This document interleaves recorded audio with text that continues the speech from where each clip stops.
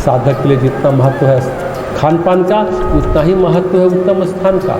एक तपस्वी हुए हैं अमृत आश्रम, उन्होंने एक नियम बनाया था कि प्रत्येक तीर्थ स्थान में जा करके, प्रत्येक तीर्थ स्थान में रह करके, नियमों का पालन करके एक गायत्री का पुरस्करण करेंगे। और वो पुरस्करण करते थे, दूध का पान करके रहते थे, एक गायत्री का पुरस्करण करते थे एक तीर्थ स्थान में।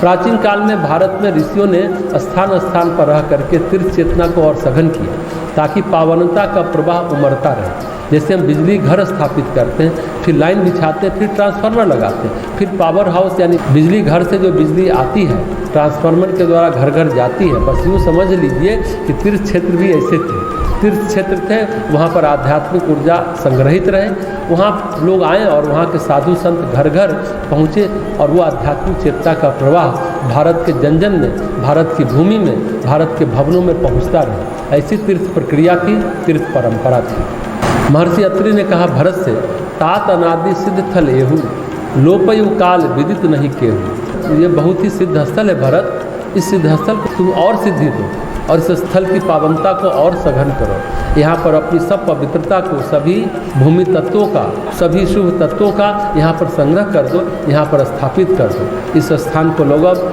भरतकूप कहेंगे। तो उन्होंने कहा भरत को अब कहीं ही लोगा, अति पावन तीरथ जल जोगा, प्रेम सनेम निमज्जत प्राणी, होई ही विमल करम मन बानी। इस स्थान को लोग अब भरतकूप कहेंगे। ये स्थान चित्रकूट क्षेत्र में, चित्रकूट तीर्थ में अब हम प्रवेश करते हैं। तो प्रवेश के साथ ही इस स्थान का हमें स्पर्श होता है, हमें दर्शन मिलते हैं। इन दिनों वर्तमान में देखें तो भरतकूप एक गांव बना हुआ है, वहाँ पर वो स्थान है। ये तो उस स्थान की पावन कथा है, लेकिन इसमें कुछ आध्यात्मिक मर्म है, आध्यात्मिक निहितार्थ है, आध्यात्मिक अर्थ है। इसमें कुछ साधना का, जीवन साधना का आध्यात्मिक मर्म है। इस स्थान में कुछ संकेत है, कुछ संदेश है, कुछ बातें हैं। और वो बात ये है कि साधक को अपने जीवन में जो आध्यात्मिक साधना कर रहा है, उसको अपने जीवन में सबसे पहली प्रक्रिया, सबसे पहला चरण पूरा करना पड़ता है, जो महाराज भरत ने किया। वहाँ पर क्या किया?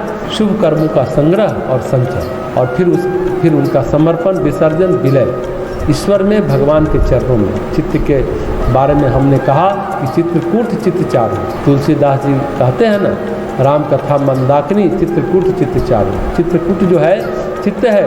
पहले कहा गया कि चित्र के दो रूप होते हैं। एक रूप होता है व्यक्तिगत चित्त, जो मनुष्य को, जीवात्मा को, हमारे आपके सबके जीवन में, जिसमें कि हमारा अतीत, हमारा भविष्य, हमारा सब कुछ संग्रहित है। हमारा जीवन, हमारे जन्म जन्मांतर उन्हीं कर्मों का प्रतिफलन है, तो चित्त में संग्रहित है।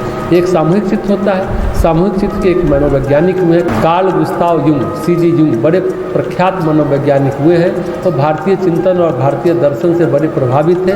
फ्राइड के सहयोगियों में, शिष्यों में से वो एक माने जाते हैं, लेकिन उनका चिंतन, उनकी विचारधारा फ्राइड से काफ़ी अलग हो गई थी। उनके अनुभव अलग हुए, उनका विचार भी अलग हुआ। कार्ल गुस्ताव युंग यहाँ पर भारत में आए थे 1936 के आसपास, और यहाँ आकर के दो महर्षियों से मिले, महर्षि अरविंद से मिले, महर्षि रमन से मिले। अपनी यात्रा के संस्मरणों में कार्ल गुस्ताव युंग ने ये बातें लिखी है, और उन्हें एक टर्म दिया, कलेक्टिव अनकॉन्शसनेस। अनकॉन्शस की बात तो सुनी जाती है, अनकॉन्शस की बात तो जानी जाती है, लेकिन एक शब्द उन्होंने दिया, कलेक्टिव अनकॉन्शस, सामूहिक चित्त, सामूहिक अवचेतन।